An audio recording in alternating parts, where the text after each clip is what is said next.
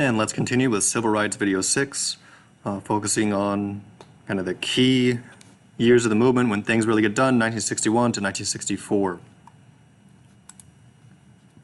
And so with our focus on Mississippi, let's continue there. And the movement really gets heated up in Mississippi in this era, starting with LaFleur County. And so these are kind of, the next three are kind of major examples of things that are happening. And so in 1962, in response to SNCC organizing throughout the state, the LaFleur County government decides to end a program that provided food to 4 families throughout the winter. And so they're punishing the poor for trying to vote. And so SNCC simply asks for donations, and Northern supporters ship tons of food and kind of help where the state wasn't. Organizers ask people to fill out voter registration forms in exchange for food. So they're kind of bribing them to really create change. White supremacists responded by burning down black businesses and shooting at SNCC cars and offices as they tried to feed people. When 150 black Mississippians marched through Greenwood, and the main city of the county, local police released dogs and arrested many of the activists for trying to provide food. JFK filed a lawsuit against the city of Greenwood demanding the release of all activists and an end to white interference with voter registration. The voter registration drive continued on through the spring, with 12 to 24 people attempting to register each day. Most attempts failed because officials would reject the applications, but they're still going to try. And this also gets kind of celebrities in there, so here's Bob Dylan performing in the county and helping out with SNCC. Jackson. And so other counties and other cities throughout the state.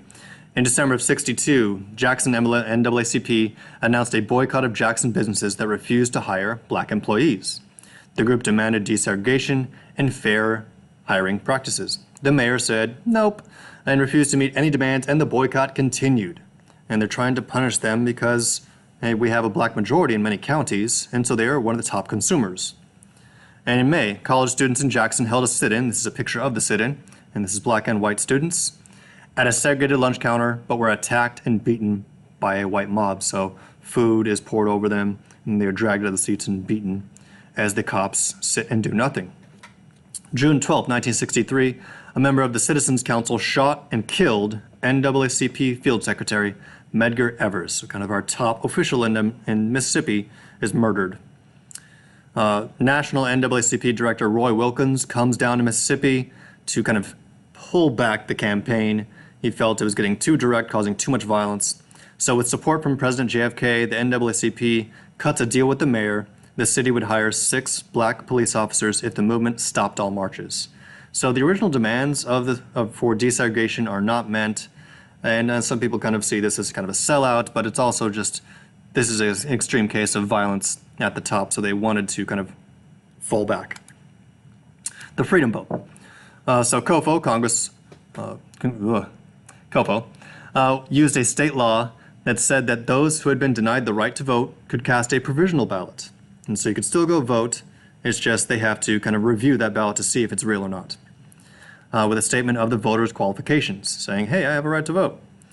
This showed the rest of the country that black people wanted to vote. They were anxious to vote, and they're not being allowed to vote. On the day of the Democratic primary, as they're kind of choosing which Democrat they're going to run for president, thousands of black Mississippians went to the polls to cast that provisional ballot. In some towns, crowds of whites would block their way, threatening black voters, while police arrested activists for trying to vote. And more on the Freedom Vote. So COFO considered repeating the protests during the general election in the fall, but they were worried that it's going to be too dangerous, that there would have been more violence.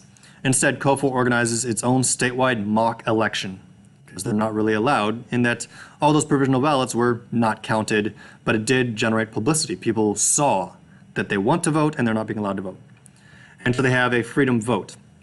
And this would show that the Mississippi elections didn't represent black voters who were unable to register, and 80,000 black Mississippians cast ballots that normally should have gone in. And so they have kind of their own fake vote. Freedom Summer. So what happened to the Freedom Summer volunteers when they got to Mississippi? So 1964, they decide, all right, this summer we're going to continue, we're going to have a major push to register more black Mississippians to vote. 800 northern students head on down south to participate, black and white, and mostly white, although 10% are black northerners. And they are trained in voter registration tactics, nonviolence, and the history of Mississippi, and really what they're facing. The most famous case is these three men here. A Mississippi sheriff pulls over a car carrying two white activists, a Michael Mickey Schwerner and Andrew Goodman, and a black core activist, James Chaney. Later that night, police turn the three men over to a mob of Klansmen who execute the activists and buried their bodies. The murder of two middle-class white kids brings national media attention, and that we've had black murders, now we're getting northern white murders, and that's all of a sudden important. And force the federal government to investigate, now things are moving. Despite the FBI, and the FBI shows up, investigates, is watching, trying to figure out who are the murderers, trying to prevent further violence, violence continued, more against black activists.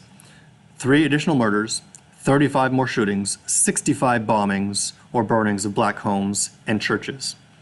White business owners would fire employees that participated in the project, that would meet with an activist, would have an activist in their home, and local police arrested over 1,000 activists trying to create this change.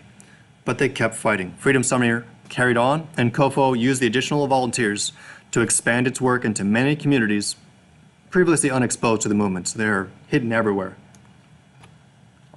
Freedom Schools, with all these extra students downtown or down south, they're going to use them. And so SNCC Field Secretary Charlie Cobb suggests using the summer project volunteers to improve black education as well, to encourage them to be able to read and write, to pass the voter registration test, and to develop leadership. So COFO staff and volunteers develop schools across the state to serve black students of all ages. Right? And they're developing leadership, critical thinking for these politically active citizens. These are the future voters that they want. 2,500 students were enrolled in 50 schools across Mississippi. Mississippi Freedom Democratic Party. As part of Freedom Summer, COFO established its own separate multiracial party, the Mississippi Freedom Democratic Party, because the Democratic Party wasn't having it. The goal of the MFDP was to represent the black citizens that were excluded from the all-white Democratic Party in the South. It was also hoped to represent poor whites, whose views were also not represented in the party. COFO decided to challenge the all-white Mississippi Democratic Party at the 1964 Democratic National Convention. Because the main issue is they have not been allowed to vote in primaries for the Democratic Party or the Republican Party or really any party. So they just make their own party. And so they're going to go and challenge that at the main convention. And so they send a MFDP delegation to win political recognition for black Mississippians and to force the National Democratic Party to acknowledge that the all-white Democratic Party in Mississippi did not represent Mississippi. So the summer of '64, what was happening?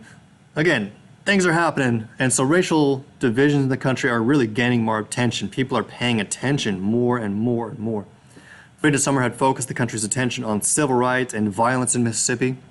Demonstrations and violence are now spreading into northern cities as African Americans protest their unequal economic and social conditions in the north too, not just a southern issue. 60, and polls go out, and 60% of Americans support civil rights legislation. However, they also think that the movement is changing too fast. The pace is too fast, which leaders would say, how long? Because they've been waiting, 100 years now. Civil rights leaders believe that another term for Johnson, another presidential term for Johnson, would bring progress. And they trusted Johnson the most.